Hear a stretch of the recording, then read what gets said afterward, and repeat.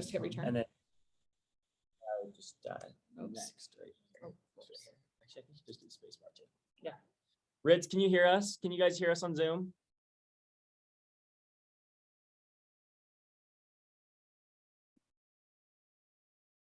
Is this I think this is the instructor side though. Instructor edition. Okay, someone. 1 second, guys. Sorry, I had to wake y'all up, and now we're just making sure we're in the right. That's okay. That's not a bad song to have in your head. There we go.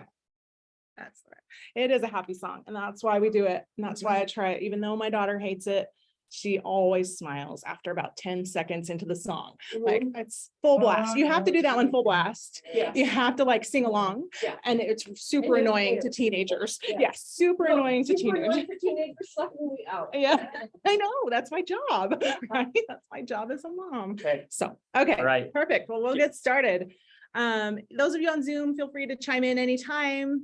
I can't see you, but feel free to chime in. And I just wanted to kind of get a feel for who's in the room. So I met Leilani. I know Jana. I've known Jana for a long time, and Aaron.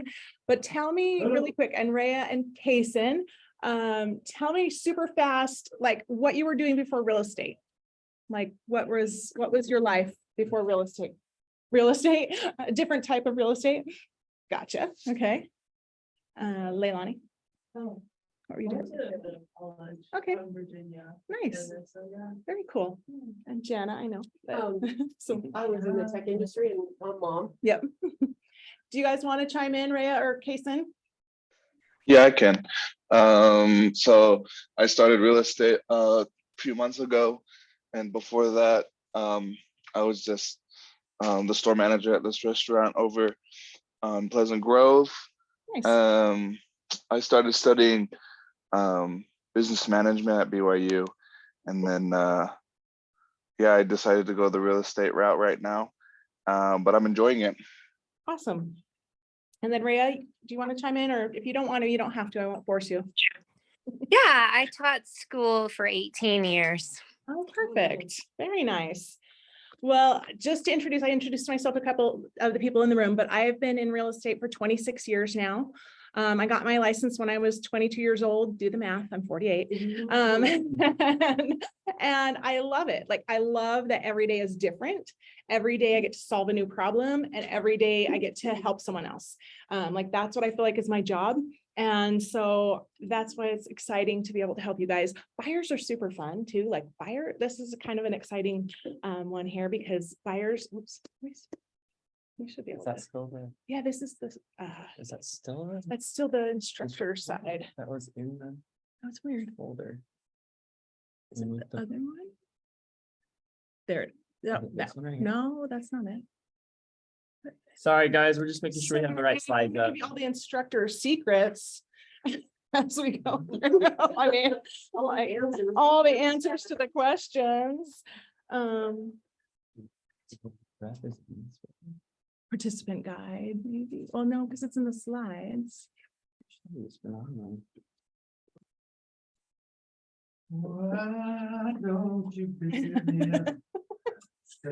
All right. Well, anyway, while you're working on that, we've been through 13. This is your 14th session. You guys were on to the last 7, so you're making good progress. 14, win the buyer. So did I miss some? There was some in the middle, but I didn't, like, we were on. Did they change it? They just kind of jumped. So we did leads, chapter leads to social media, and then now we just skip like sessions Oh, 9 through, what is this one? 14. 14. Really? I don't know. I just signed up for one day, and so I don't know the flow. Okay. All I know is the one day I signed up to teach, and I don't know why it would skip, but Okay. I'm sure they'll We'll get make it. up for it Yeah. somewhere. So anyway, so today we're going to talk about the actual transaction.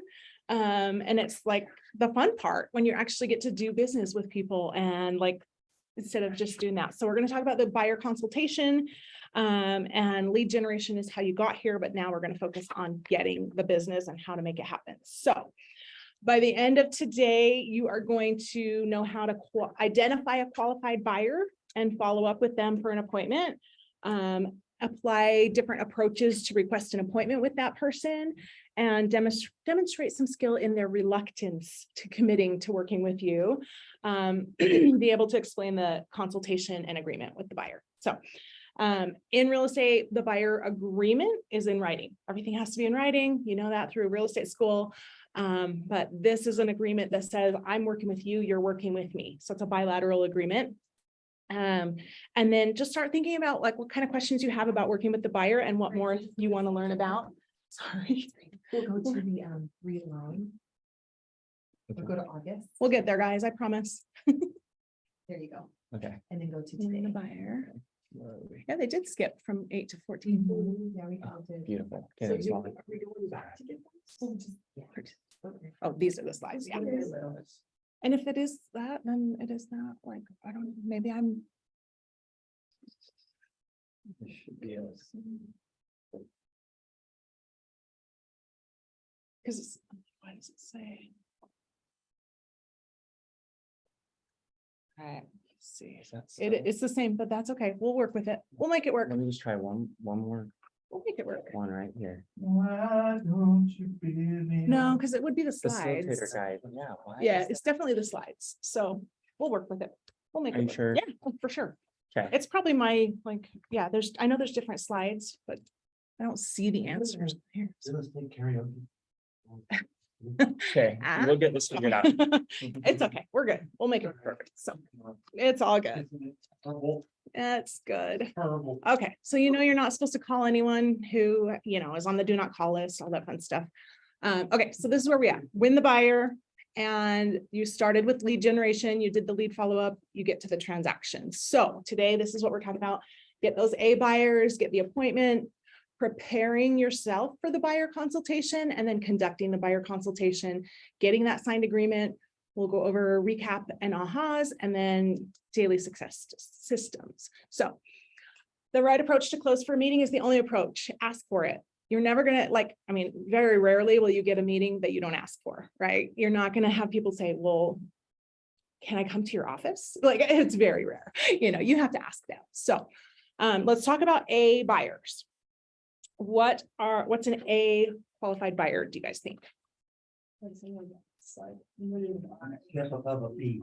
Step above a B, someone who's ready to buy, absolutely. Somebody who's pre-qualified? Yes, thank you. They can get a loan. I mean, they want to buy, they need to buy, they have a timeline that they need to work within that's right now, not in a year from now, right? Mhm. So those are our best buyers. You guys have seen this little graphic a lot. So kind of as you Thing that stressed me about is being pre-qualified. definitely be pre-qualified, but motivated too. Like they want to make this happen. Like sometimes I have a very well-qualified buyer that's in no hurry. So, they're just like, yeah, I'll take my time. I literally had one buyer, I think it was about 1.5 years. We'd look at homes every once in a while. And finally he did buy one, but it was like, it was frustrating because I was like, he's never going to buy. And then he eventually did. But every once in a while I'd get a call from him. Hey, can we go see these 3 houses? And I'm like, oh, you're still alive. So having that A qualified buyer, I'm going to give them more of my focus than the buyer who's like, yeah, I have an 800 credit score and I have 500,000 in the bank, but I'm just in no hurry. Like, okay. So you've seen this little chart a bunch of times. So how did you get there? How did you get to your buyer? We talked about that already. From the database. From your database, hopefully, yeah. And how often do you think you're going to follow up with an A buyer? Probably more than the others, but I don't know what the time frame is. Yeah.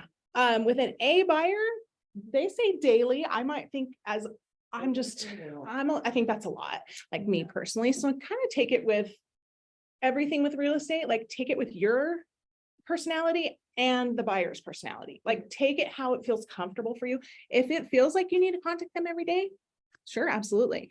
But like some people are going to be super annoyed by that. And so just kind of play it by ear. That's the beauty of real estate. And I say this all the time, like we can all do it our way and none of us are wrong. Unless you're doing something illegal or immoral, then that's wrong, but you can do it however you want, but don't forget about them. Don't let them forget about you. and show them that you're giving them value. Okay, so let's look at the 7-step buyer service cycle. So we've got this, it's also in your guide. So we start with the leads to getting the appointments, and then we prepare ourselves for the buyer consultation. We do the buyer consultation. So what do you think you would need to do to prepare for the buyer consultation? Call the buyer.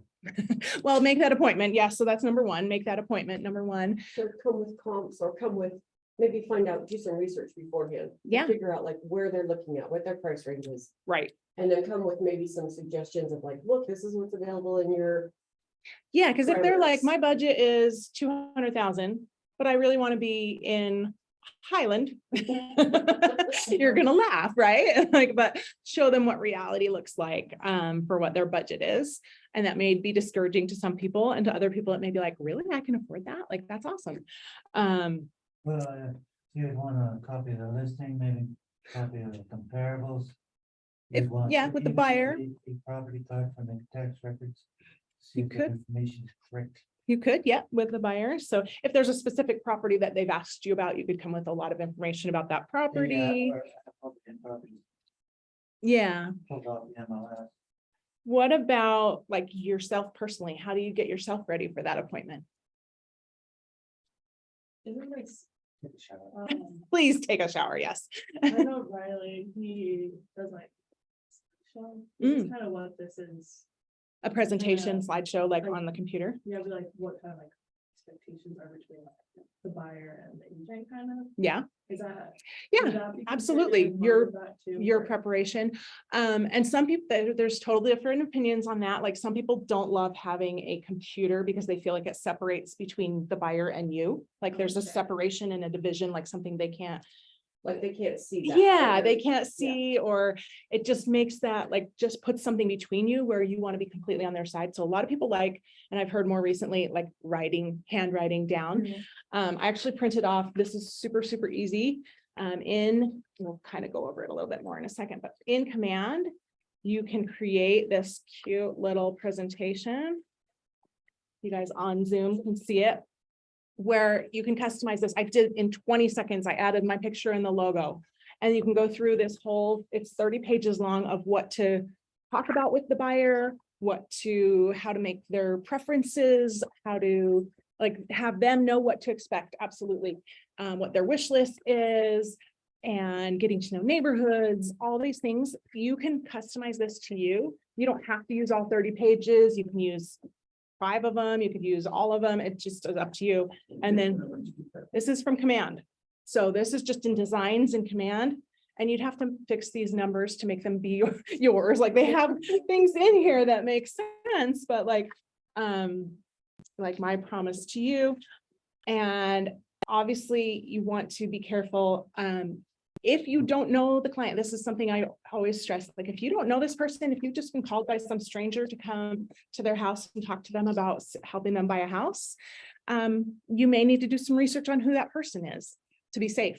You just don't know. There are weirdos in this world and you just don't know. So that may be one way you prepare for that consultation.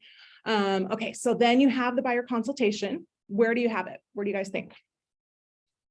Probably whatever's most convenient for them, which is probably in their own home. Sometimes, yeah, I mean, my first preference, if it's convenient, is here at the office because it's professional setting. It's, it puts them like, I'm in charge. This is Mhm. my office. Like, I'm going to run this meeting kind of thing. But that doesn't always work. And I sometimes will meet with clients at my own home. Sometimes I'll meet with them at their home. I actually have a friend in North Carolina. I've known her since high school. And I was referring her to an agent to help her buy a house in North Carolina. And they wanted her to come into the office. And she's like, with my schedule, I cannot drive 30 minutes, sit there for an hour and then drive another 30 minutes back. She's just like, I just can't do it. She kept asking them, can we meet anywhere else? And they flat out said no. I was like, well, that kind of just turned her off from them. And I was like, I can find you another agent. She just was like, they're not flexible at all. They don't want to work with me. They're like, no, we do it in our office. This is how we do it. some people that will work for, other people it won't. You do have to be a little bit flexible. Sometimes it's like, let's just meet at Neater's and grab a Danish or whatever, something that's simple, but I prefer to meet in a public place, an office or a restaurant or, coffee shop, whatever, Yeah. that you can be around other people. Sometimes out in the rural areas, farmers, they don't want you to come to the place, so they don't have to Sure. meet at their local restaurant. Absolutely. I think Buy them breakfast, buy them steak and eggs, whatever. Yeah, But yeah, so then that's the buyer consultation. And then we're going to go find them a house. That's the fun part, right? That's what we've all gotten into real estate for, is to go find those houses. That can be hard. The buyer consultation, you do want to narrow down what they're looking for, right? That's going to help you, but a lot of times buyers don't know what they're looking for. And a lot of times they don't know because either A, they're first time buyers and they haven't been in a lot of houses, or they don't know what 1,500 square feet feels like. They're like, oh, how many square feet do you need? I don't know. I need 3 bedrooms, right? So they just don't have that information, enough background on that. So, and a lot of times buyers will tell you things that they think they want, but then you start showing them 5 houses and you realize what they said. For example, I had clients that very, very vividly said, we want a fixer-upper. I was like, okay, cool, I can do that. This was years ago when there were a lot on the market, and I was like, we can totally find you a fixer-upper. I showed them probably 10, and everyone, they're like, oh, that's too much work. Oh, that's too much work. Oh, that's too much work. Every single one. So finally, I just took a chance and I found a house that didn't need a lot of work. And I was like, let's just go look at this one. It's in your budget. And I'm like, oh, this will work, and it needed nothing. So they think they want to fix her upper until they start really getting into it. Like Chip and Joanna can do it, but it's going to take us more time. We have full-time jobs, right? So they think they want something, but then you can start to see that they really don't need that. That's not going to work for their lifestyle. It's not going to work for their family. And you can kind of help guide them without being pushy. Let's just take a look at this and let's see what that looks like. This is so funny. So you could do like my daughter did. When my daughter was 4 years old, I'd bring her with me a lot. And I was in my own neighborhood showing houses. And one of my friends' parents was who I was showing a house to, right? Showing a house right in my neighborhood. My 4-year-old daughter is with me. She's 17 now. But she was with me and we finished showing the house and we walk out the door and she goes, so do you like it? I was like, oh, I'm so sorry. I was so mortified. And they were trying to be polite. And they're like, well, yeah, kind of. And she goes, are you gonna buy it? And I'm like, oh, child, who are you? Because I don't act like that, obviously. But it was just hysterical to me that she was like, and they were like, actually, no. But I loved that, they were able to say, it's a fine house, but it's not the house for me. Mm-hmm. Right? That's a great house, but it's not the house for me. So being able to get to that, because people will walk through houses and they'll try and talk themselves into it. And I'm always like, you don't have to talk yourself into it. It either works or it doesn't, right? You don't have to make it work unless there's a budget issue that they have to figure things out. But generally speaking, if people try and talk themselves into a house, they're going to easily talk themselves right back out of it. You might get under contract and then they do the inspection and then they're like, oh, well, it's really easy for them to just click right out. There's no emotional buy-in. So that I always look for that when I look for clients finding a house. And sometimes clients can be really stone cold and they won't show you anything. I still remember I had clients that I'd been working with them for a while and they called me back one day and they said, hey, do you remember this house that we saw over da da da da da? And I was like, actually, no, we've seen so many houses. I don't remember it at all. They're like, and I tried to really only remember the ones they liked, right? They had shown no emotion about this house, but the price on it had dropped $50,000. And now all of a sudden they felt more comfortable with the price. And all of a sudden they loved this house. Where before, when we walked through it, they were like, it's fine, it's fine. And I was like, but it's really because their budget, they were trying to oh, we can't have this house, but it's fine. You know what I mean? It's out of our budget. But once that price dropped, they were like, we love this house. And I was like, you did not show me that last time we were here. I had no inkling that you even liked this house. So Okay, so then we're gonna offer on a property and negotiate that contract. I mean, That's, the buyer quote. oh yeah, buyer's agreement. You're gonna get that at the consultation for sure, buyer broker agreement. And then offer and negotiate the contract. That's getting easier now. A couple months ago, you guys, it was like crazy. So it's easier to represent buyers right now and get a negotiation. Like I was telling buyers, you know, my job is to get you the best deal possible. And 6 months ago, I was saying, the best deal possible is that you get the house, right? Like, Yeah. so that is the best deal possible. You win. You have a place to live. Yeah. Right now, like we have a lot more flexibility, a lot more houses on the market, a lot more time on the market. Sellers are a little more anxious when a house sits for 2 weeks, which is crazy to me. Because when I started in real estate, the average time on the market was like 9 months. Average. Oh, wow. Yeah, average time on the market was 9 months. So 2 weeks on the market and people are freaking out, like it makes me laugh a little bit, but so yeah, you guys have and buyers, like they love you at the end of this whole thing. Like if you do your job right, they think you're the hero, even though you just did your job. So that's what kind of makes it fun.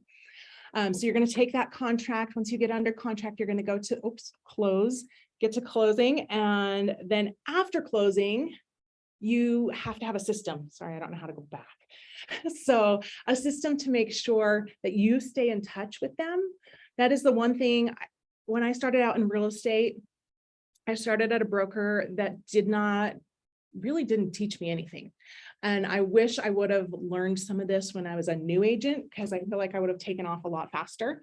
But I really didn't keep in touch with my clients after closing. And it's the most critical way to keep their business.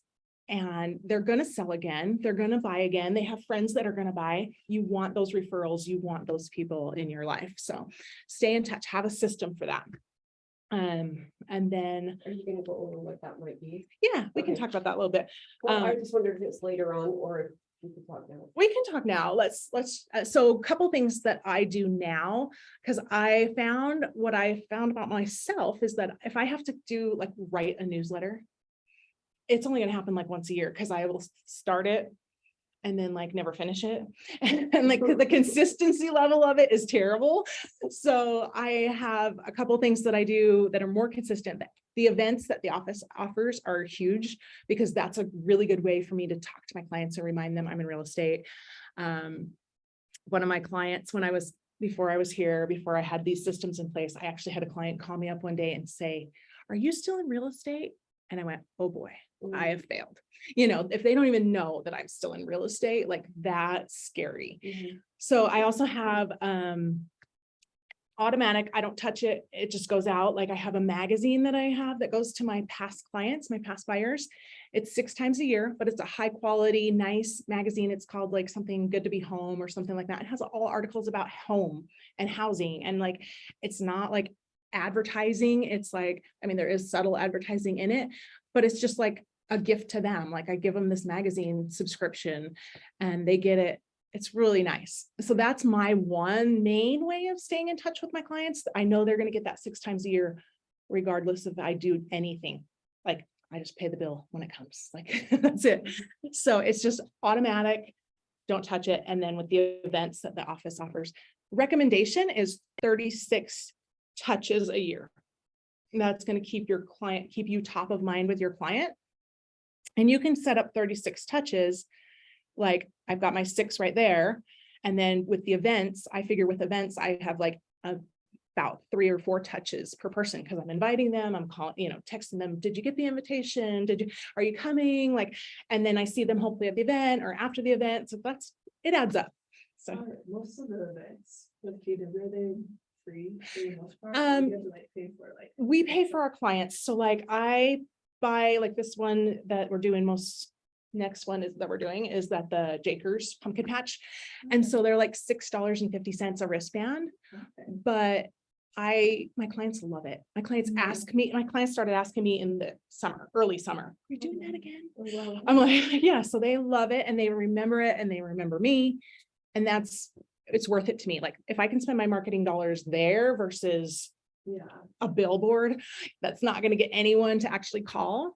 I'd much rather. And every time I've done some movie events and things like that before, with clients. It was my first one that I ever did. Like, I was like really nervous about it. I was like, it was when I moved from my other brokerage to here. I was like, I need my clients to know I'm here. I'm still here for you. And so I did a movie event, and clients that I had sold them their house probably 10 or 12 years before, but I really hadn't talked to them very much in that period of time. They came to the movie, and 6 months later I listed their house. Well, I feel like if I hadn't been in front of them that way, I probably would have not have gotten that listing. Someone else would have been a neighbor or someone that had been more visible.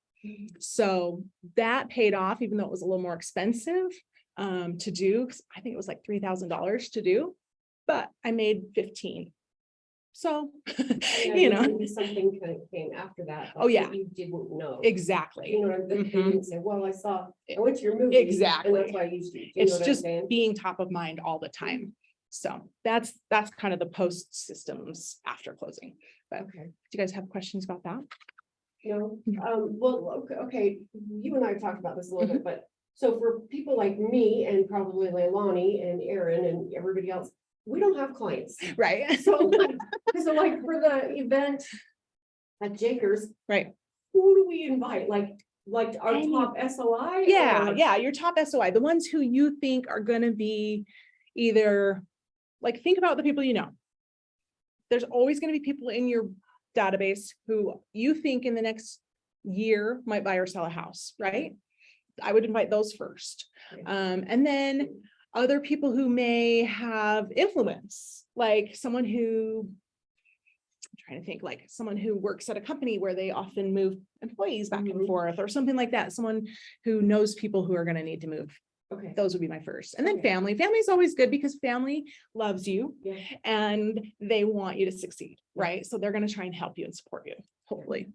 Right? Okay. Cool. All right. So we're going to move our A's to appointments.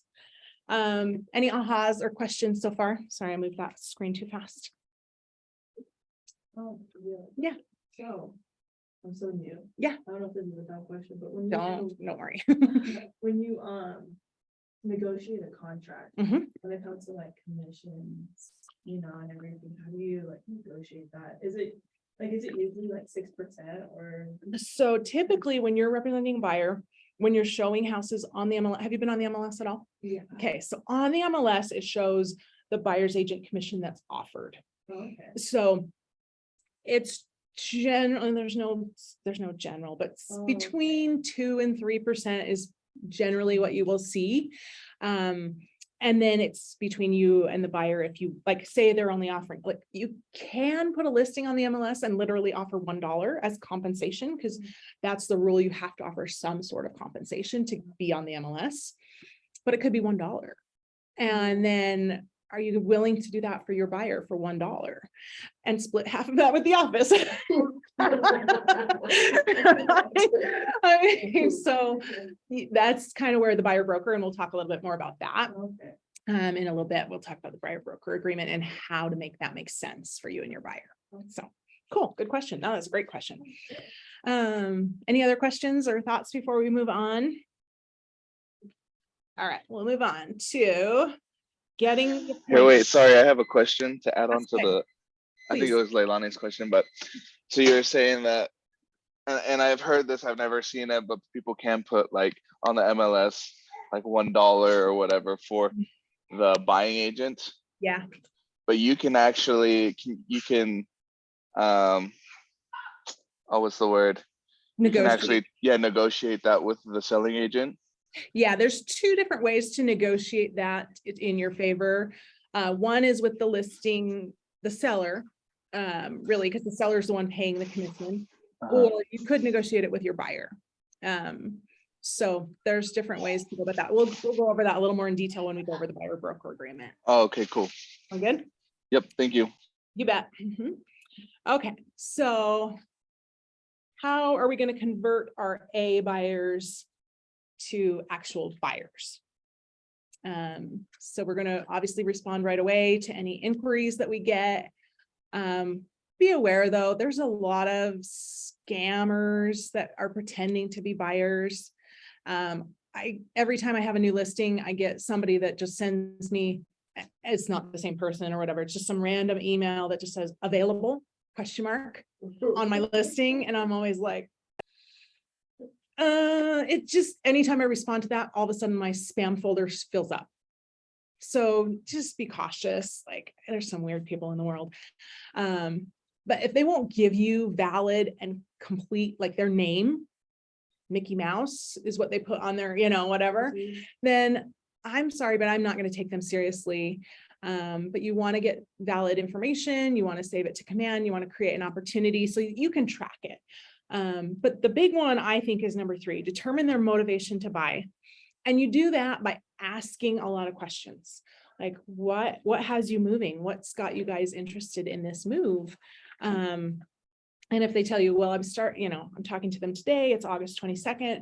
I'm starting a new job on October 1st. That's pretty serious. We're moving from California to here, right? That's a pretty serious motivation to buy a house. And I have 5 kids that need to be in school. So I need to know what school they're going to, you know what I mean? Like we're not going to rent. We need to get right into a house. It's pretty serious motivation. Other motivations could be really serious. Hey, I'm getting a divorce. I need to find a place. Things like that. Everyone's life changes. And even though the market changes with real estate, people are always going to be buying and selling. First-time buyers are so excited to buy their house. Those buyers are great. They're so fun because usually they'll buy something small and then within 3 years they need something bigger because they have 3 kids, or whatever. We're in Utah. So that happens. And then, set the appointment, a time and date for as soon as possible in the office or a public place. Do you guys understand? I know you haven't been in command much, but like how tracking it in command makes sense for you guys.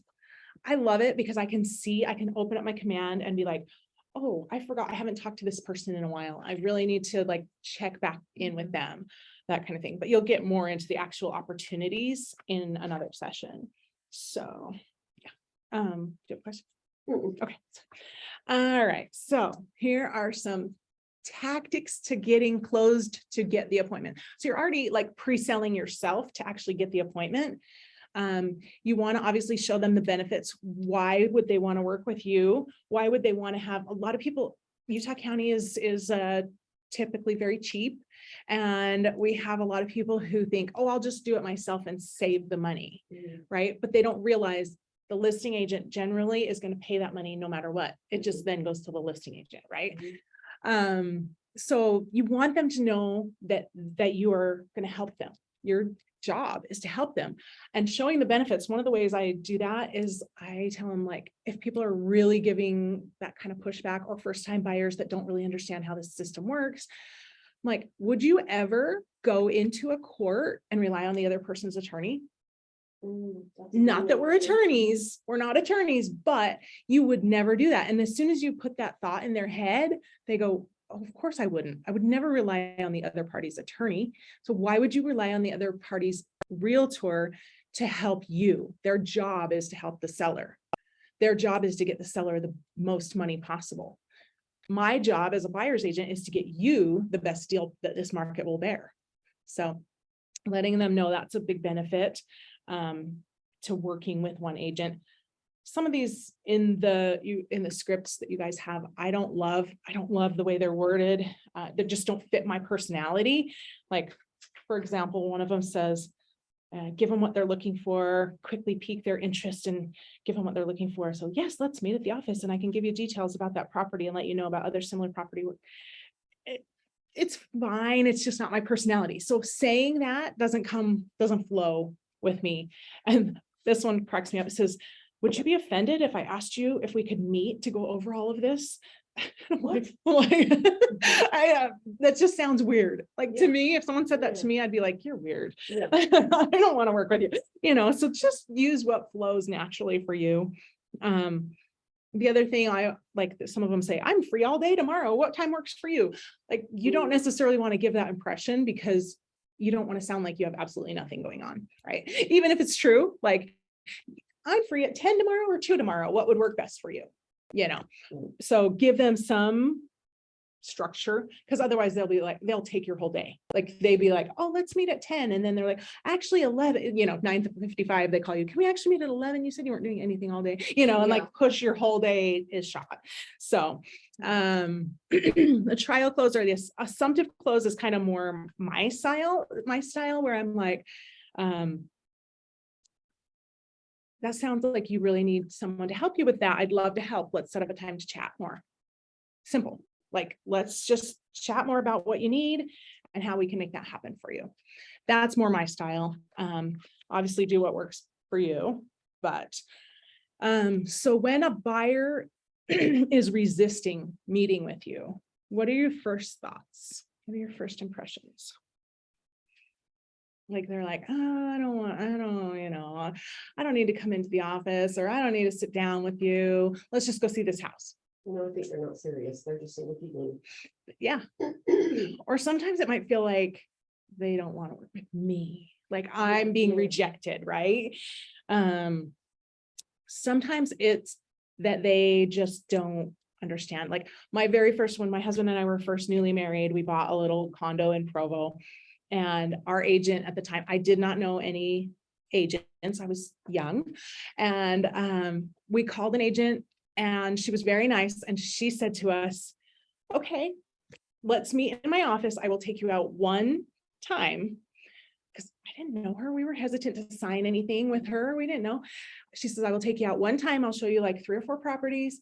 And after that, you need to decide if you want to work with me or not. I was like, okay, that's fair. And it made us feel more comfortable. Like, okay, we can get to know her a little bit, because really 10 minutes in the office or half an hour in the office, it doesn't give me a good feel for how this person's going to be. But seeing 4 houses with her, and she took us in her car, she had a Cadillac, and we were, the whole deal. And so we just were like, okay, now we feel comfortable with her. We feel like she's going to be on our side. And that's what we needed. We needed someone who was on our side. The funniest thing is the condo we bought, we had actually called the listing agent, not knowing how things worked. And he never called us back. We had to get an agent to help us buy it because he never returned our call. He probably could have had both sides of the transaction because we wouldn't have known any better. We were just young and dumb.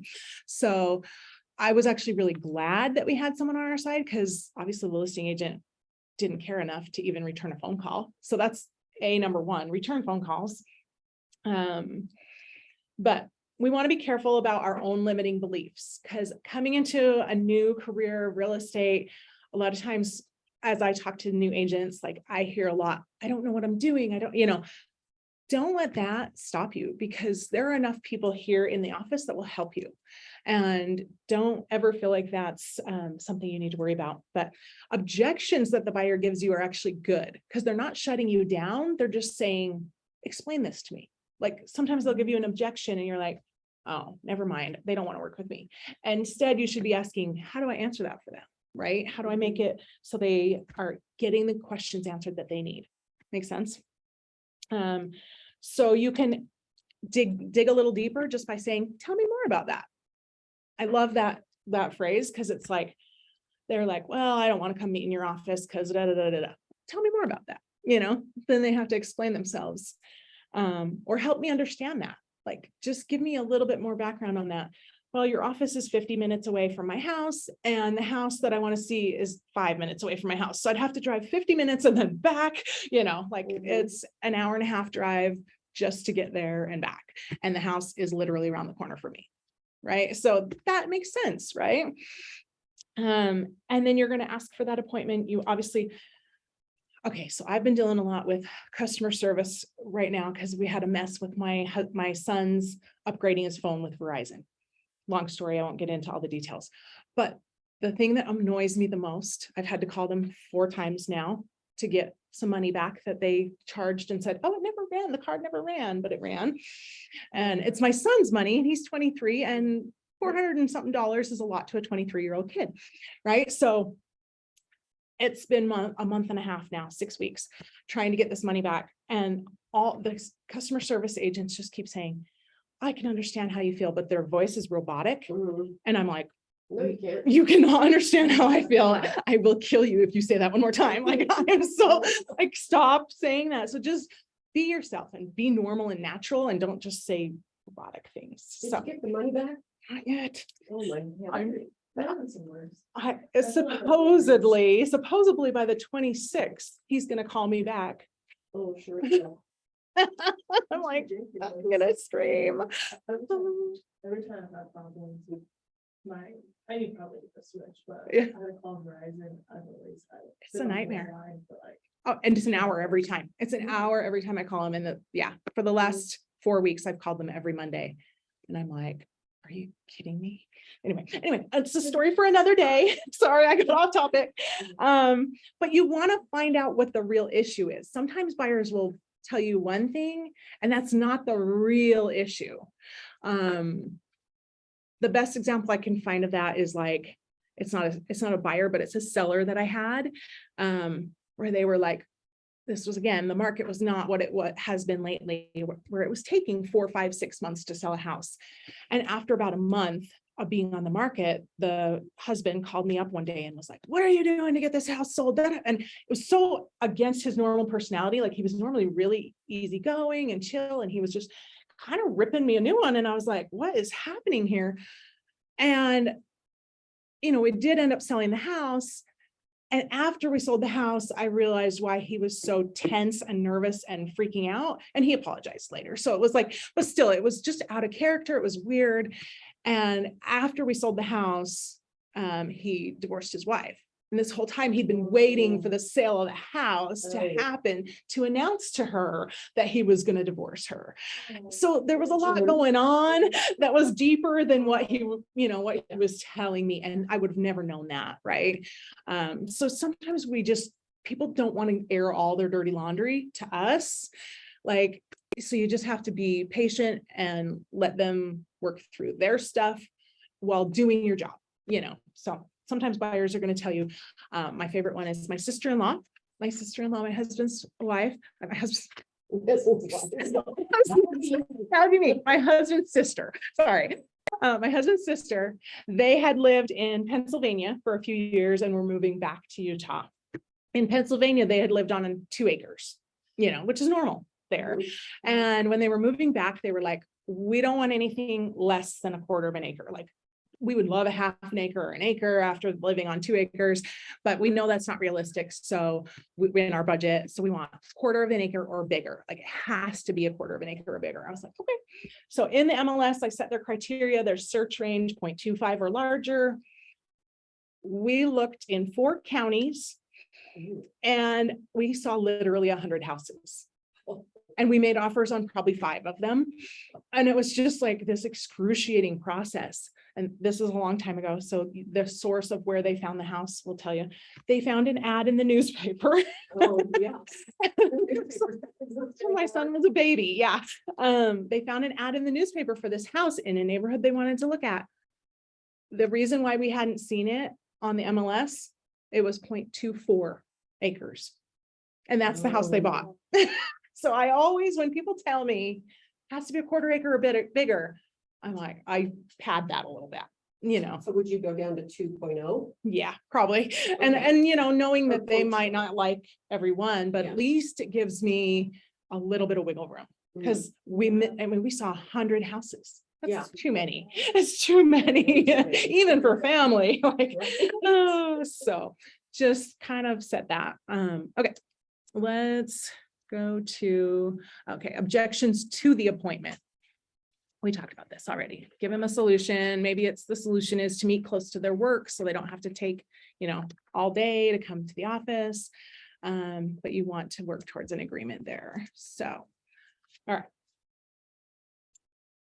Anyone have questions on that?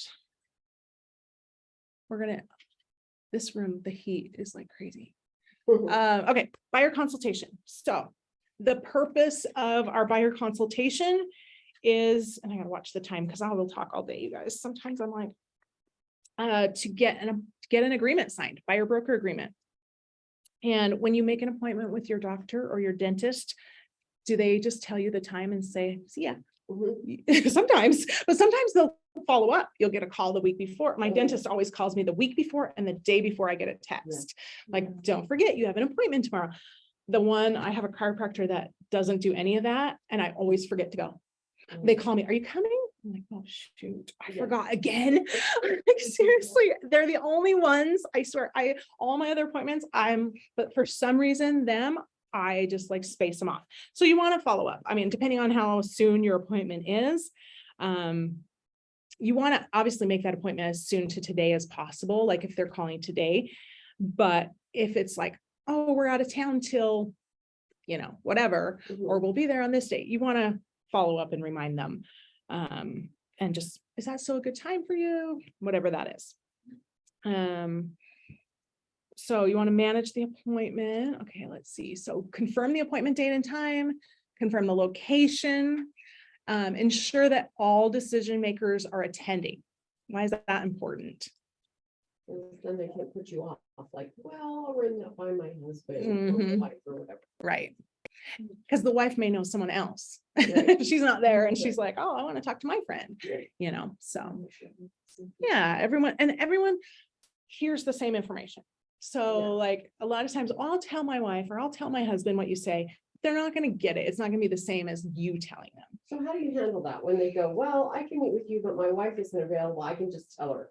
It depends. So I can sometimes tell like, hey, this wife is the driver of this and the husband just doesn't care. He's in the back seat and he does not care. Right. Right. And so sometimes I'll just meet with the wife or the husband, whoever it is, because I can just tell like they just don't care. Mhm. Right. And that this is the person that's going to make the decisions regardless. And sometimes I will meet with them. Other times I'll be like, well, is there a better time that we could all get together? Because it's just going to be easier for us to have the conversation together, Okay. things like that. Okay.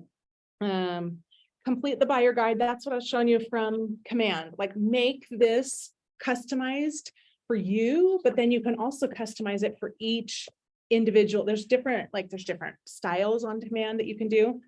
You can create it and then you can customize it. Like if your client is an investor versus a first-time home buyer, you're going to want different pages in here than,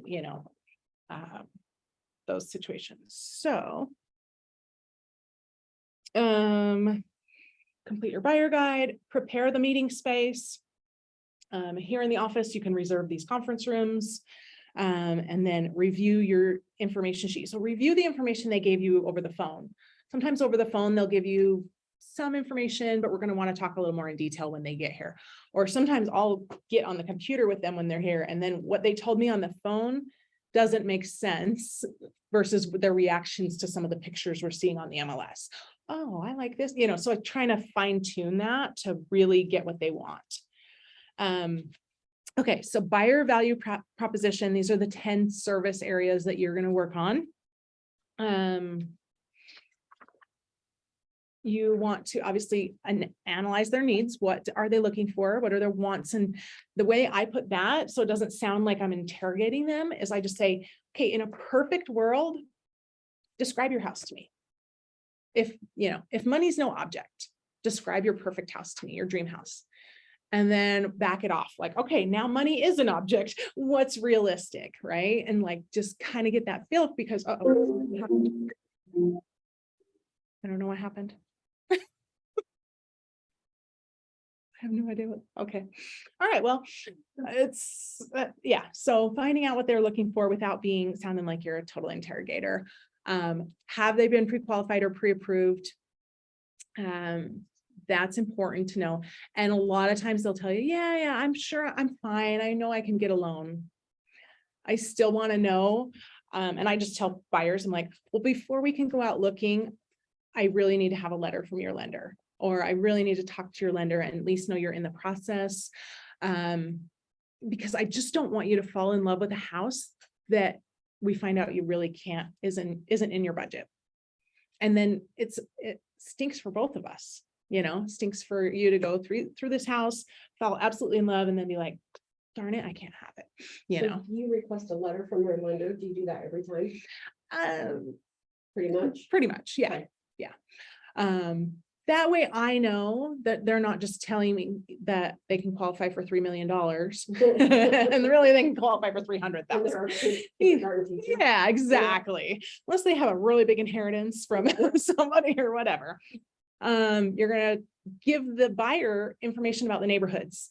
I'm a little bit cautious on how I do that because number one, we can't steer people to certain neighborhoods based on any kind of fair housing issues. We can't like give them. So I'm really careful about what kind of information I'll give them about a neighborhood.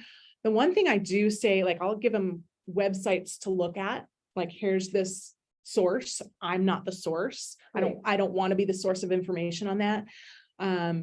Or I tell them once we get under contract on this house, or if you're getting serious about making an offer, what I recommend is driving through that neighborhood several times, different times of day, morning, night, mid-afternoon, whatever, and get a feel for it, but also go knock on the next door neighbor's door and talk to them. Like my husband and I actually backed out on a house we were under contract on because we knocked on the neighbor's door and we were like, yeah, we don't want to live next door to that.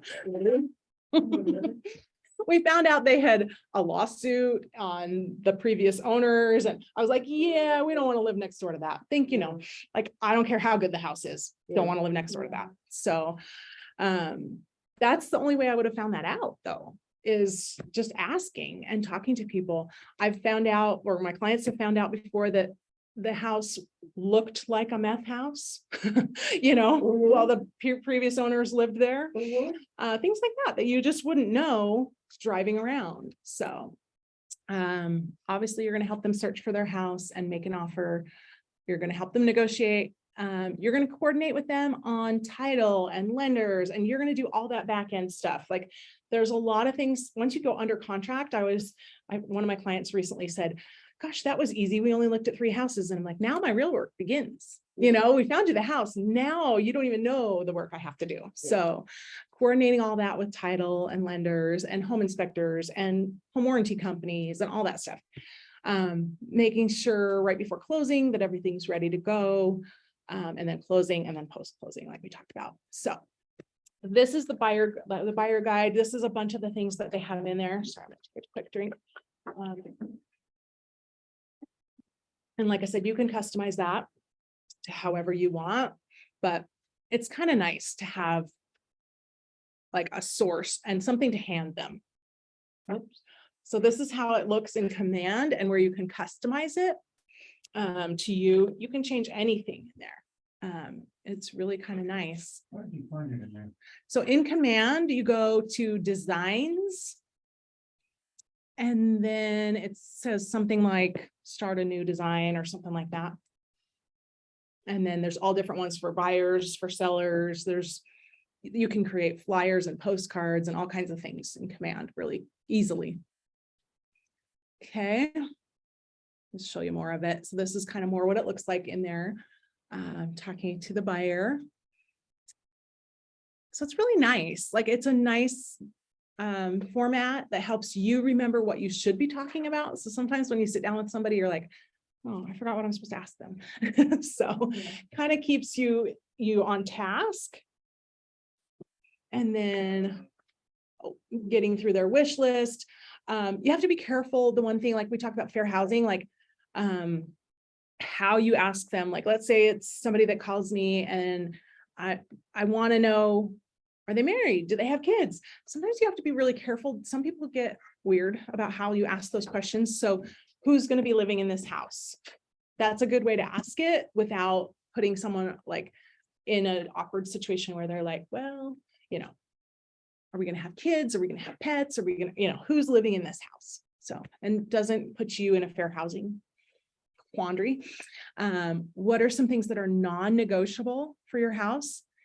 And again, like buyers, they say this and then they end up buying something that completely doesn't have that on their list. they don't really know. Like they say, my non-negotiable is it has to have a white kitchen. And then they end up buying one that doesn't, right? Because the house had everything else they wanted, right? So you just have to be a little bit open to ideas. But then ask him, what are the top 5?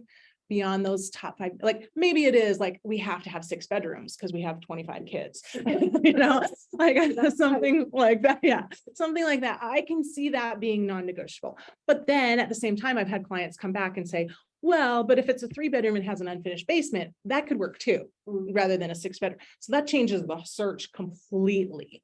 Do you have a preference for when the year was built? Does it have to be in move-in condition, or you want to do some work on it? This is interesting. When people visit your home, what should it say about you? I wouldn't know how to answer that as a consumer. Like, what should it say or what does it say? Yeah, what should your house say about your? What it should say is probably different than what it really does say. Yeah. Mine's- Yeah. Yep, in command, in designs. Yep. Design, but I'm not painting it. Is there like a list of forms that? You say good thing in Let there? me look. Oh, sorry, I had to stand up. Okay, let's see. So in, you go to create design, Oh, yeah. and then it would be a print one, this would be, but. Oh, so you have to create it. like that? Yeah, you create it, but it's already there. You just are customizing. You're just putting your name on it and your picture and your logo. Oh, I got it. And it literally took me 20 seconds to put my name and photo on there. So, and the logo, like it's super fast. Okay, so perfect. We're good on this. And neighborhood insights, some of this, like I said, I'm super careful about what I provide there, but you can put it in there. How the home buying process works. I love these pages because it looks like more than just, let's find a house, we buy it, right? The analogy I use a lot of times with people is I can go on Amazon and buy a little Lego set to build a house, Lego house, super easy. Click, click, click, done. Buying a house that I'm going to live in is a lot more involved. There's a lot more to it. There's emotion involved. There's inspections, there's negotiating repairs, there's all this has to happen, and it shows them on paper, like there's a lot to this process. It's not just click, click, click, I'm done. So that kind of sells you as to why they need to hire you. Yeah, totally. Like, hey, my agent is going to help me with all of these things. Right. Right. So yeah, that's a great part to have in there. I would never take that part out really. Okay, and then talks about the loan process. There is obviously, we have First Colony right here. We have the intro lend. And have you guys seen that, the intro lend app? It's really cool because they can compare First Colony, they can compare like 3 different lenders.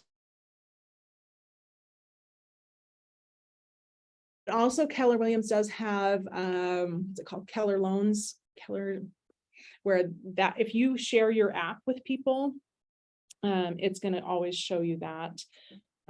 So how do you utilize Intralend? Because I have the app on my phone. Yeah. So, all. yeah. So when you have it on your phone, you are going to, does it have right at the top, fast track your clients? Yes. That's what you'll do. You'll hit fast track, and then it will ask you for their name and their phone number and their email address. And then the Intralend guys take it from there. Oh, okay. So it's super easy. Super easy for you. Yeah. I was thinking like you needed to. No, it's Yeah. so easy. Yeah, it's super easy and super convenient. So, okay, so that kind of explains that process. Is it Intralend agents? Yep. Yeah. Oh, this is another story that I have on the process, why they need an agent. So I sometimes will use this story depending on what the buyer objections are that they're giving me.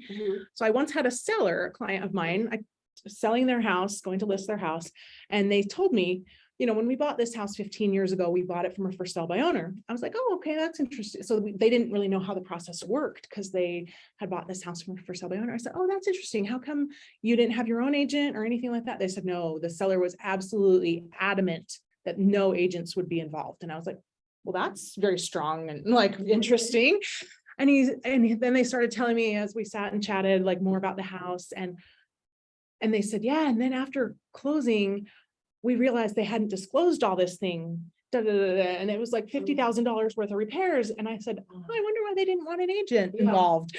I wonder. And they were like, that never dawned on them that's why they didn't have agents involved, because agents would, the agents would push the issue to ask for disclosures, and they never got any disclosures from the sellers.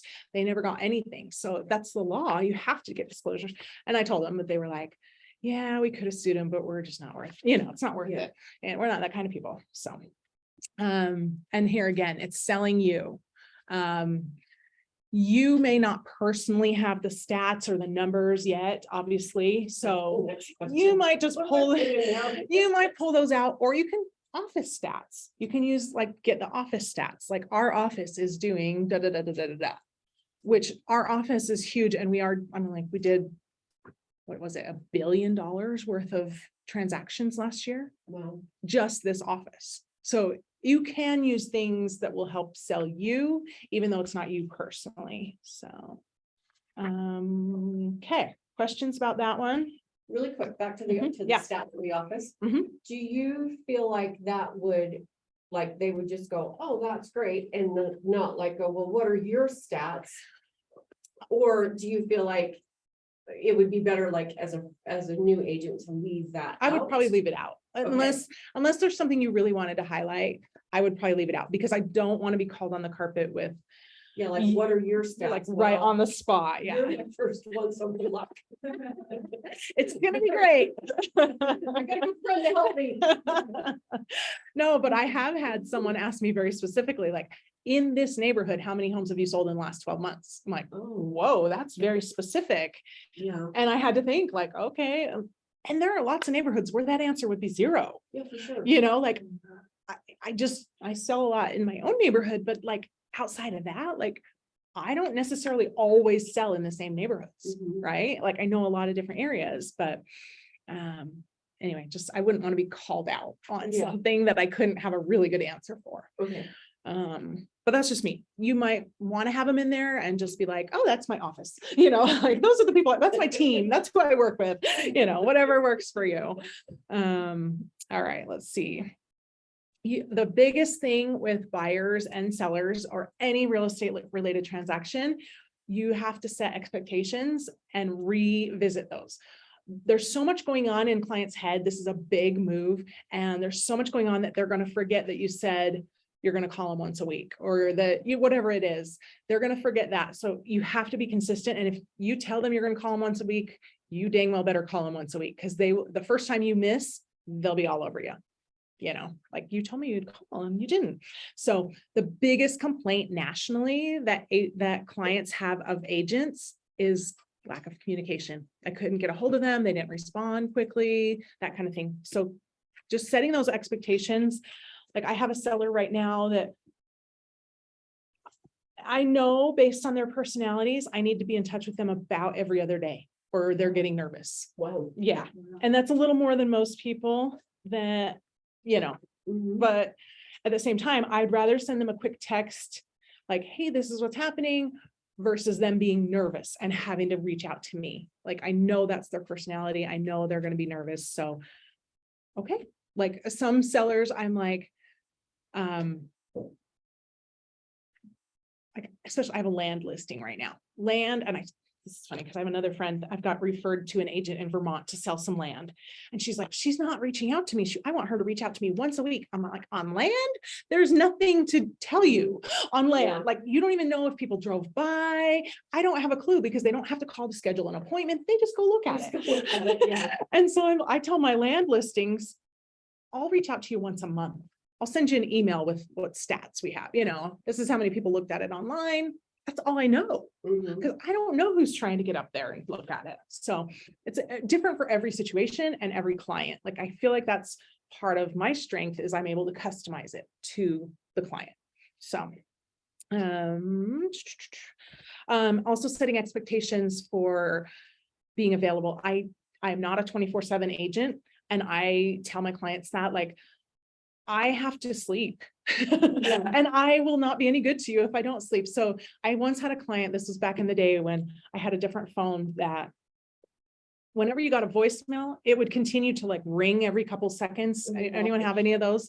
Like, it was annoying. Like, it would ring every couple seconds to let you know you had a voicemail until you acknowledged it. Oh, it was so annoying. But I had a client call me at 3 a.m. and leave a message to tell me they were done painting. Like, Fantastic. you woke me up thinking someone's dying to tell me you're done painting. Like, so I tell my clients, like, my phone has an off button and I use it. Like, if you text me after 8 p.m. and I don't respond, I will get to you in the morning. If I'm up and if I'm like, whatever, I might respond to you. if I'm doing things, but there's a good chance if you respond to me after 8 p.m., you'll just hear from me tomorrow. And that, just know that. So they're not upset when they're like, how come she's not returning my text? It's 8:30 and it's been 30 minutes. She hasn't returned my text, like just giving them that expectation that, and 6 a.m, if you send me a text, it's going to have to wait. Yeah, but I'm on my bike. I am asleep. So whatever. Yeah, whatever. So yeah, I have kids. And so sometimes I'll use that. Like if it's Friday night and I'm waiting for a kid to get home, I might be up, but there's no promise. Mhm. Might be my husband's job tonight. So there's no promise that you're going to get responded to. So, but that also helps you get a feel for them and what their expectations are. Like if their expectation is that you better return every text in 15 minutes or else, some people are just too demanding to be worth it, so. Okay, and I do recommend taking notes, like have a piece of paper out, take notes by hand when people are talking about what they're looking for. It shows that you're paying attention and it shows that you're going to be able to remember it. So, and their needs are important. So That's a necessity for me. I know, me too. Yes, the older I, I say, if I take notes. absolutely. Yeah, I'm just gonna take some notes. Is that okay? And they're always like, oh, of course, I want you to, so, okay. Let's move to okay, let's see.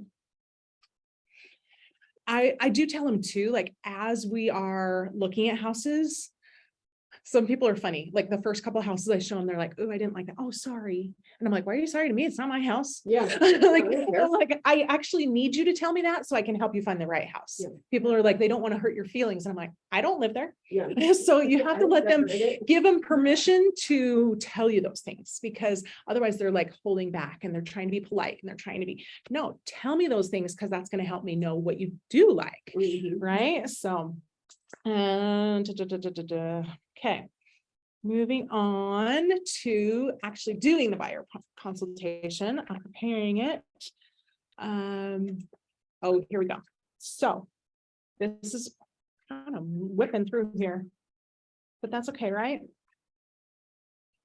I'm knowledgeable and caring, and I'm the best agent for these clients. They will appreciate my expertise and preparation and choose me to represent them as they buy a home. Is that your mantra? You say This is the Keller Williams limiting beliefs. Yeah, you could say this to yourself. Doggone it. Yeah, you could. But you know what? I actually appreciated one time I went to a class and they were like, they need you. Like they called you for a reason. They need.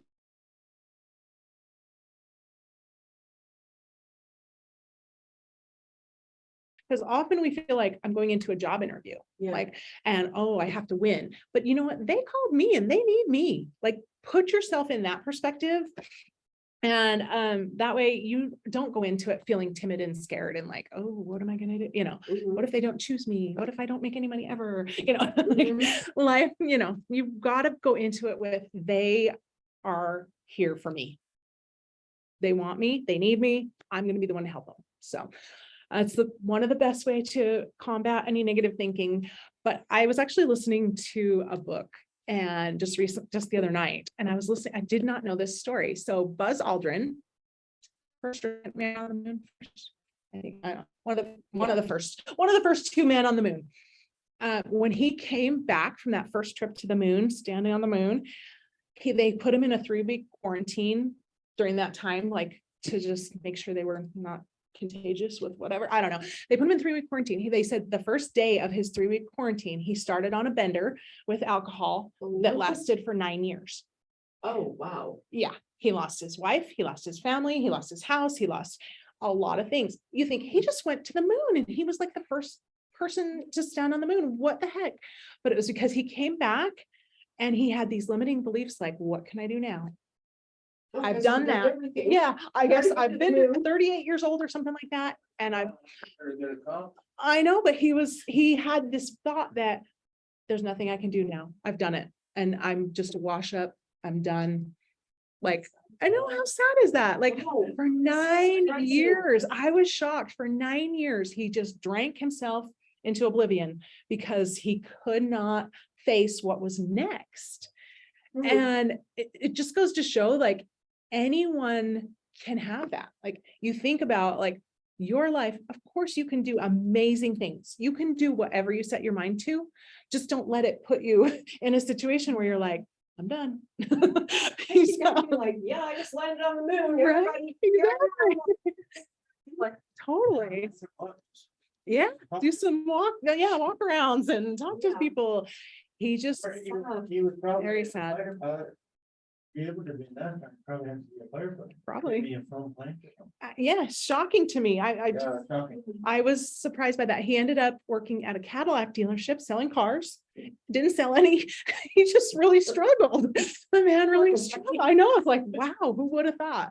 But everyone has that. Everyone has that possibility to put themselves in a situation where they don't feel comfortable, where they don't feel like you can do what is next. And so that's why I'm saying, like, don't feel like that's just you because you're a new agent. Like, put yourself out there and be like, I'm here to help people. You know, that's my main job. Like I tease some of my clients when they're like, I had clients, you know, arguing in the kitchen about, I like this, well, I hate that. And they're like, oh, I'm sorry, we argued in front of you. I'm like, no, that actually helps me. And plus I went to school, I was going to be a social worker. So here I get to use some of that, right? Like it just puts people a little more at ease to let them know, like, I want to know what your preferences are. I want to know what you like and what you don't like, so that hopefully we can find something that's a compromise that will be a win for everyone.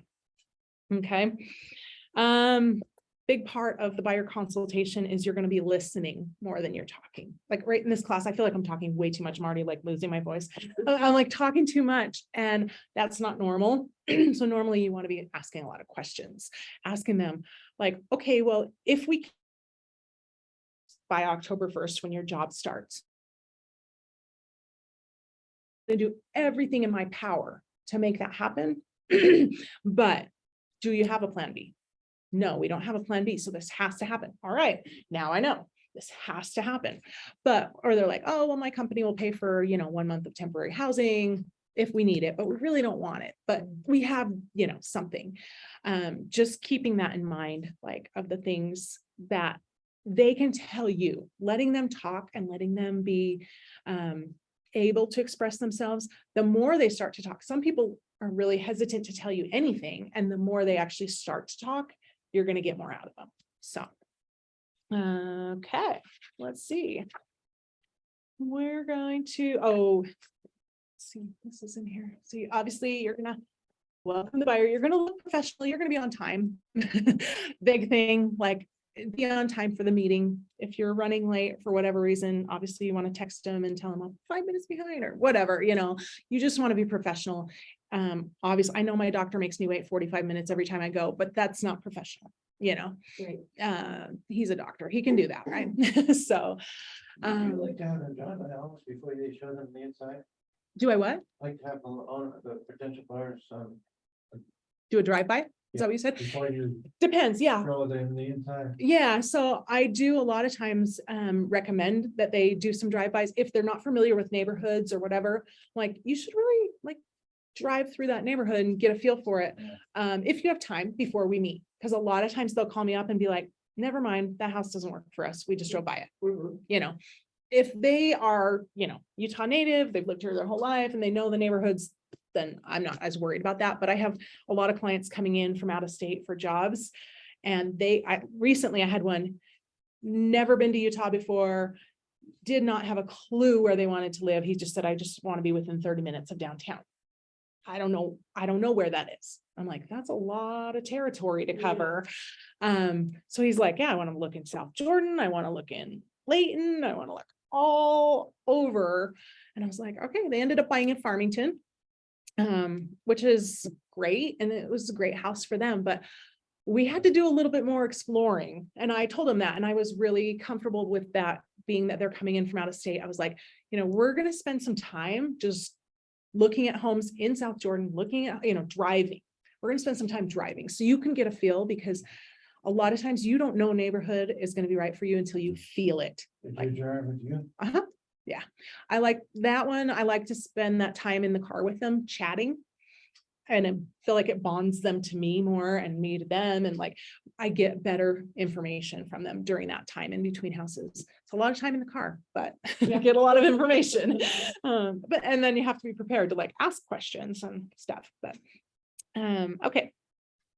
We'll go. So this is, do not do. The love letter. And honestly, I've had it work for me before. But I've always, especially recently, I tell my sellers, if buyers write you letters, I will not show you. It's too much of a liability. Fair housing is too strict with fair housing laws. If we accidentally pick a buyer based on something in their letter that says, I can see my kids running down the stairs on Christmas morning, that's given away two things in fair housing: their family status, that they're Christian, you know, like this is information that we don't need. I had one letter on one of mine. I tell them, I'll give it to you after we're under contract. I'll give you all the letters if you want to see them. But I had one that was like, I'm a single mom, you know, all the things that pull at your heartstrings to make you want to pick this buyer, but it's a family status thing. That's a fair housing issue. I can't give that. I had one of my sellers had a picture of their cute little blonde haired family. I was like, I can't give that to my seller. Yeah. Because what if the next person is not blonde haired and, you know, different ethnicity or whatever? I cannot share this with my client. And when we have multiple offers, I actually won't even give names, because sometimes the names will give away what their ethnicity is or something. I won't even give names. I'll just number them 1, 2, 3, 4, 5. Like, this is how much the offer is. This is how much the earnest money is. This is what, you know, because I don't want to be put in a situation where someone accuses me of saying you discriminated against me because I'm whatever. So that's super careful. But in the same vein, I have in the last 2 years, I've had a listing agent ask, I said, what can we do? What the seller's looking for in an offer? Always a good question to ask when you're representing a buyer. Like, is there something that the sellers really want to see in an offer?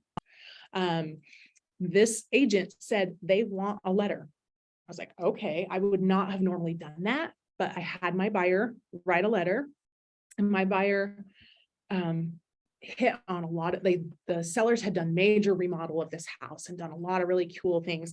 And he hit on everything they had done. Like, this is perfect for me because XYZ.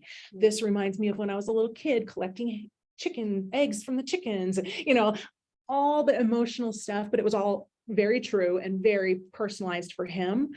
And we won that one, even though our offer was not the highest. So do you help them when in that case, or do I you just say, know. write a letter? Write a letter. I do tell them to be really careful about anything that could be fair housing related, Okay. because you just don't want to be in that situation. But I had a client one time, this was years and years ago before this became taboo. I had a client one time that was moving here. They were in a multiple offer situation, which never happened back then, never. And there were 3 offers on this house, and my clients were moving here from Massachusetts. The basement of this house was a total shrine to the Red Sox. Oh, So we were like, yes, this is our house. And so they wrote the letter. Their family's moving from Massachusetts, and we felt so at home in your basement because we love the Red Sox. We won, even though we weren't the highest offer. Shocks me that would be the thing, yeah. you know, that makes, But people are really sentimental. They like are. that house Some where are. they wanted it.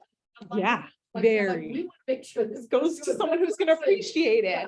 Yeah. Yeah, someone who's going to love it and appreciate it. Give me one pet. Exactly. So so be careful. I have had a few clients of mine write letters, and I'm like, I'm going to edit this for you. Is that okay? And they're like, one wrote it like 3 pages long. I'm like, this is way too long, first of all, but I'm going to edit it out, some of the things, but you want to really be careful because you don't want to be liable.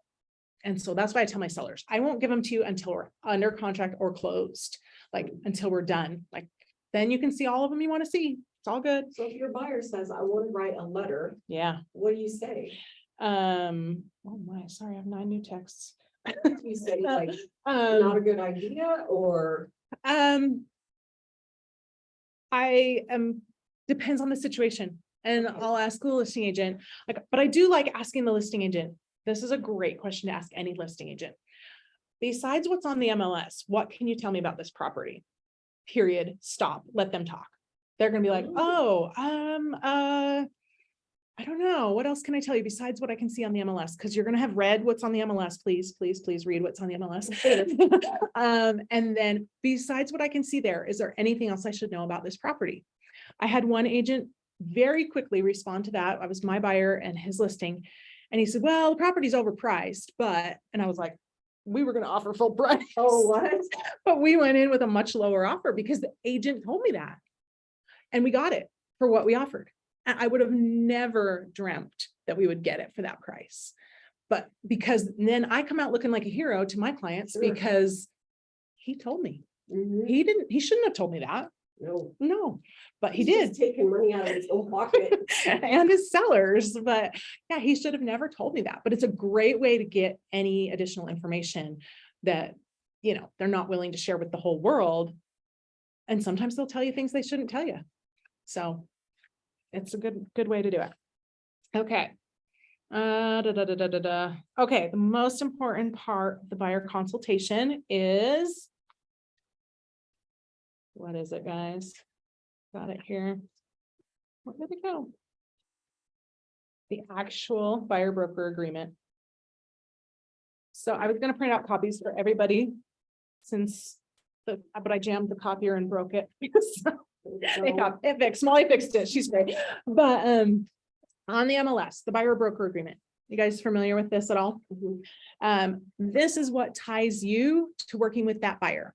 You do have to be careful if the buyer has signed one with another agent, you can't sign one with them. And sometimes they don't realize that they've signed one with another agent. So I'll ask them something like, you know, how long have you been looking for a house? And have you made any offers? Because if they've made any offers, even though they may not realize it, they probably have signed a buyer broker. I had that happen one time with a buyer. They insisted, they made an offer with a discount brokerage and they insisted, oh no, we didn't sign a buyer broker. We would know if we did. I said, please go back and look at your paperwork and just make sure.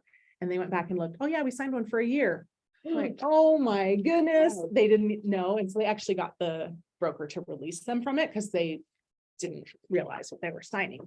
But they could if they turned them into the board, but How long do you do your buyer broker for? it depends on the situation, but typically 6 months. Okay. Yeah, typically I'll do a 6 month. I know Dean likes all his contracts to expire at the end of the year, December 31st. All his listings, all his contracts expire, so he keeps it simple. But so this time of year, he'll actually start writing them for December 31st of next year. So they're a year plus, but I just usually do 6 months. And with buyers, you might be done with them after 6 months. Yeah. If they haven't found something yet, you know what I mean? You might be like, this is not worth my time. I'll pass you on to someone who can help you, but I'm not it. Okay, so the important thing is on here, you're going to put in the date. This is the very first thing. It's one of the first things you fill in is the date. And people always put today's date. Today is August 22nd.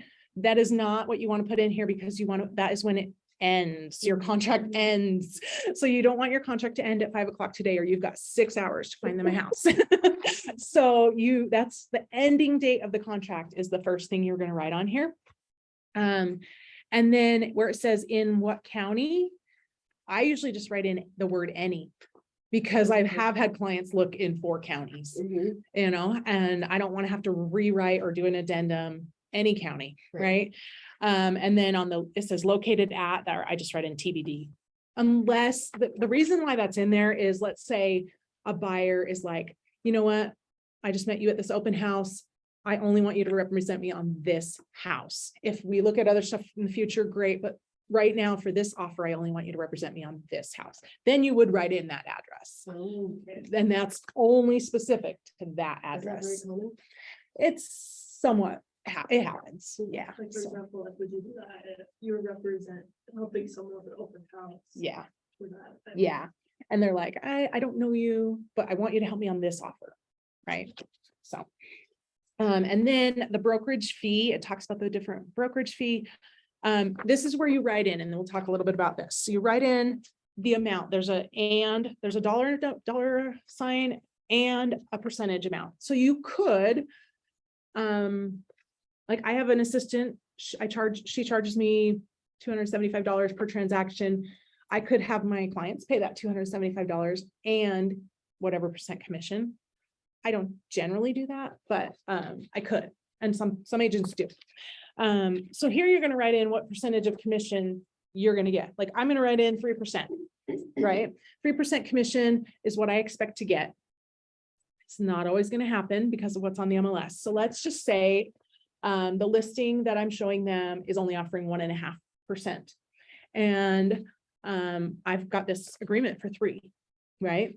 So there's 2 different ways to get around that. And going back to Kason's question from before, sorry, it took me a while to get there, but I'm here. So the first way, and probably the easiest way, is going to this, well, depends on the seller, going to the seller through the listing agent and saying, hey, I have a buyer broker agreement for 3%. You're only offering 1.5%. I need 3%. Right. And there's a form on the MLS that you use that the seller changes how much commission they're going to pay you. And it's hopefully streamlined and easy. When we were having all these multiple offer situations, it was really hard because you didn't want to put your buyer in jeopardy for you to make more money.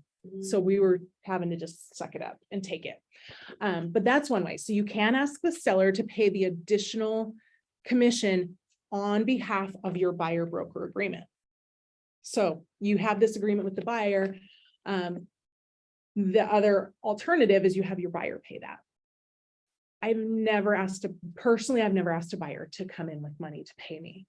But I don't think I've ever taken one that like 1.5 on a buyer either. So generally I'm able to get 2.5, 2 3/4, 3%. Rarely, the lowest one recently was 2.25. And I was like, really? But it's at the same time, I don't want to lose it for my buyer over 0.25% or something like that. So you can also have your buyer pay that directly at closing. If you do that, that's fine.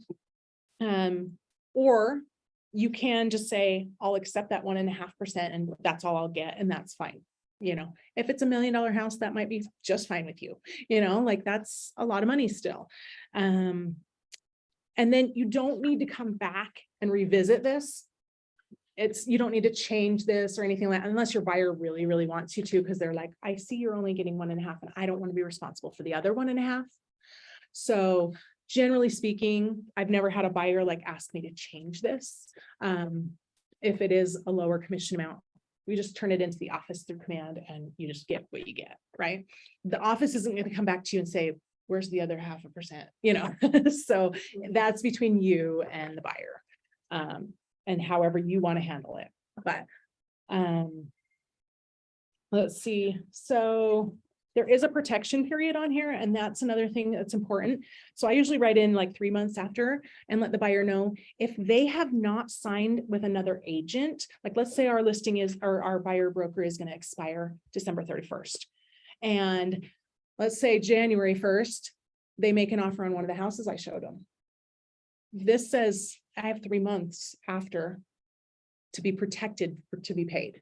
Right. So that means they have to come, and I just tell them in a friendly way, like, I mean, obviously you're going to come back to me to write that offer. Right. But this is just saying, you know, you're going to work with me for that time period. If I showed you the house, you're going to work with me. But it does protect you. And it describes the different ways agents represent clients. It does talk about fair housing. And then you sign it and they sign it. There is, and this is something to be really careful of now that the market is shifting. I was hoping we'd never get back to this, but seller financing. So in the buyer broker agreement, there's this whole section number 13 about, it's called due on sale. And that is where the seller, any mortgage that they have on the property is due when they sell the house, right? If you do seller financing, there's a chance that they're not paying off their mortgages when they seller finance it to you. And if the bank finds that out, the bank could call their note due and say, you were not supposed to do this, it's supposed to be due on sale. So you now owe me the $250,000 that the rest of this loan to be paid off. And if the seller can't pay that off, they can actually foreclose on the property. So it puts your buyer in a precarious situation doing seller financing if there's still a loan on the property. So just be aware of that and like talk to title and like seller financing is not my favorite thing in the world, but it happens.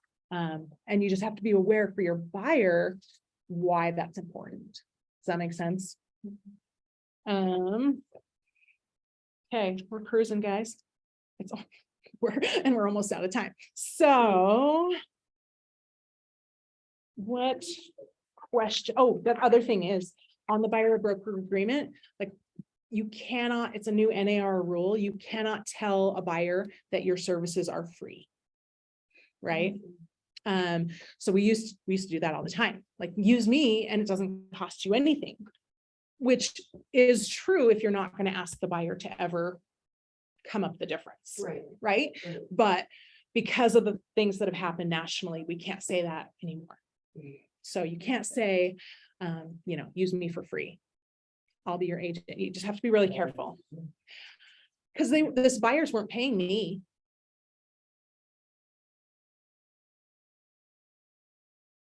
Always pays. Yeah, seller always pays. Yeah. So, and that's generally what I'll tell the buyer if they're asking, wait, am I gonna have to pay you 3% at closing? The seller pays me, if it's on the MLS, there's already an offer on there. If it's like a for sale by owner, I've never had a for sale by owner not agree to pay me. They want to sell the house.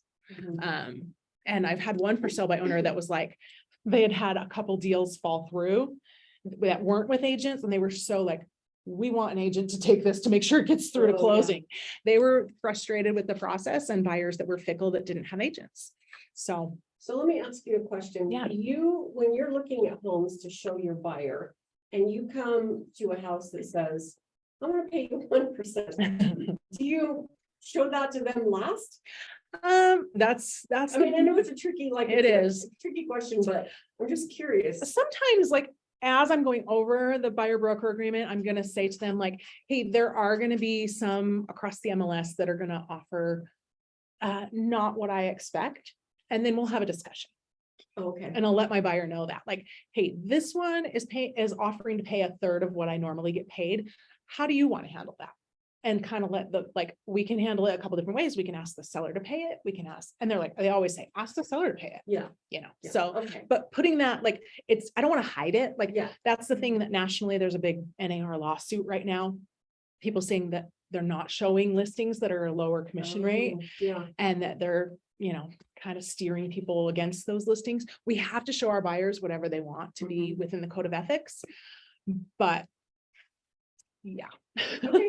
you want to get paid too. Like we Yeah. are not doing this as a charity. No. We're doing this to make a living. Yeah. And so letting your buyer know that and letting your buyer know like this, usually when I sit down with a first time buyer, especially, I'm like, this is how I make my living. This is not just for fun. I do enjoy it, but it's not just for fun. If I don't sell you a house, I don't get paid. So going out to show you 100 houses is a big waste of my time if you're not going to buy. Yeah. Like I will be blunt with them on that. Like it's just, this is how I make my living. This is how I feed my family. This is not a fun little hobby like you see on TV, the wife that sells one house a year. Yeah. That's not how I am. Like, it's not just for fun. It's my career and it's how I make a living. So, Okay. good question. Anything else? All right. So we can't say it's free. Let me get a copy of that. They're just gonna download it. Oh, this is just in your Ignite. Which one? Oh, the BBA? Oh, I've got, you can have this one if you want it. I'm just scribbled on it. It's on the MLS, so yeah, you can look at it. It's on the MLS. Okay, Also on 2 pages. it's 3. It's on front and back. I haven't really dive deep into the forms and everything. Yeah. But are they all of them? Yeah. Okay. Everything you'll need is there. And you have to use it. You Yeah. have to use an MLS form. Okay. Mhm. Don't try to Make your own. make it own, no. And Yeah. sometimes it's hard to find what you're looking for on the MLS.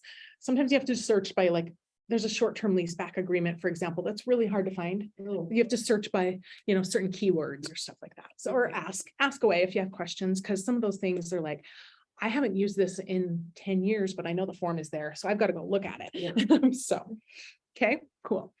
So you're going to get that agreement signed by the buyer. And obviously talk about what's going to happen next with them. Usually I if I'm sitting down with them here in the office and we're talking about it, I just let them know like, okay, let's just sign this and we're good. And I'm happy to work with you, because it also says you're going to work with me exclusively, but it also tells me I'm going to work for you. If we don't have this signed, I don't have any real reason to work for you. Right. So you want me working for you. Then you're going to let them know like what's happening next. Your KW app. I love the KW app. You know, what's really fun about it. When I give it to my buyers, I tell them, I always use this when I'm on vacation because it's when I'm on vacation. It's so fun. But yeah, explain what happens next. Are you going to set up the searches for them? Are you going to call them once a week? Are you going to, you know, what's going to be the next steps? Buyers are always wondering what's next. Once we go under contract with one of my buyers, I have an email that I just customize a few different things on it, but it's like, okay, now we're under contract. Congratulations. Here's what happens next. I need you to turn in your earnest money. I need you to pick a home inspector. Like it goes through and try and it'd be great if I had one of those for every step of the process, but like they're expecting us to tell them. They don't know. And then, yeah, like lender recommendations if they need it. There we go. All right. So we recap. We talked about qualified buyers, what to do to land your appointments, and how to get your buyer presentation ready and command, and then getting that signed buyer agreement. So what do you think is your call to action from today? What do you got to do from now?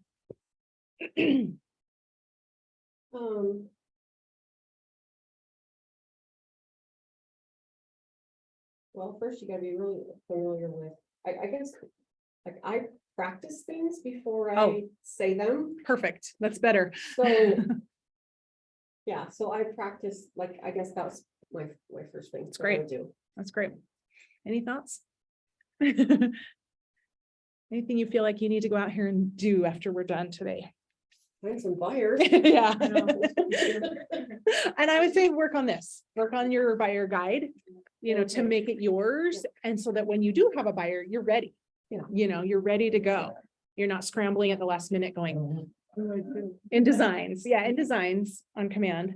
I think for me, it's a lot, but looking at the forms, I know that. Oh, yeah. The judge wants us to like, haven't done that yet. Right.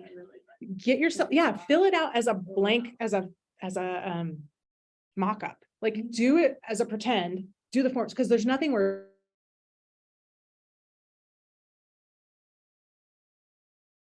you know, fresh out of real estate school. Sorry, but you don't know much.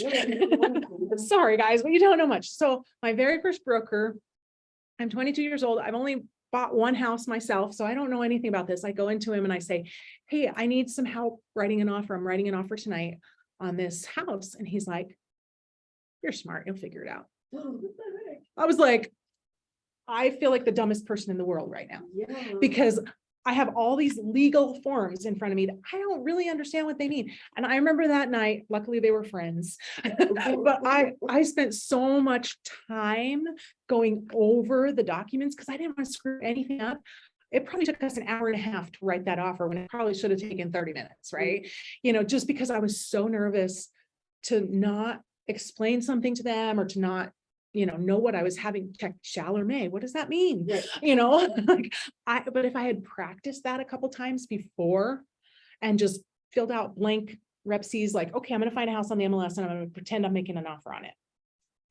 Like do that. It's definitely going to help you. I know that the case studies are part of that, but like, even like just work on examples. Like if I were going to make an offer on my own house, okay, what would that look like? You know, so just play with that. Good ideas. Good ideas. Awesome. Anything, Erin? Is that 32 pages? Yeah, it's 30 pages. Yep.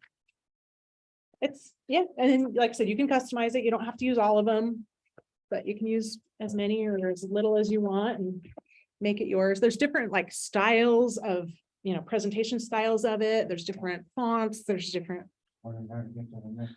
Oh, but this page on here that says remove this page before use. Please remove it before you use it. This is like your instructions on how to do it.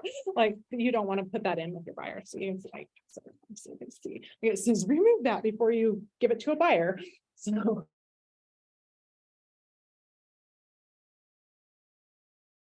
Questions or ahas you want to share? You don't have to, I won't make you. But I know you guys are awesome. You're gonna get out there and find some buyers. So if you have any questions though, don't hesitate. I'm happy to answer any questions for you. I'm Amber Burke. Like I said, I've been doing this a few years. So just a few. So awesome. Well, Thank you. Amber. you're welcome. Have a great day. We'll look at either one of these. Look at I that. don't know how to shut this down. Okay. So, yeah, so I printed it front and back, but you don't need to. I don't know how to stop the Zoom. Where is the? Oops. Hopefully that helps a little bit. Oh, that helps a lot. Oh, Good. Of yeah. course. Still got my technology thing on Friday, so I. So you'll get on command. Yeah, it takes a minute to get actually on. So, but I do have my MLS account, Oh, good. so I got that. Good, good. So slowly I'm making progress. You are doing good. You finally got your license. That was the Yes. big one. Woo-hoo. Oh, my goodness. That took a while. So.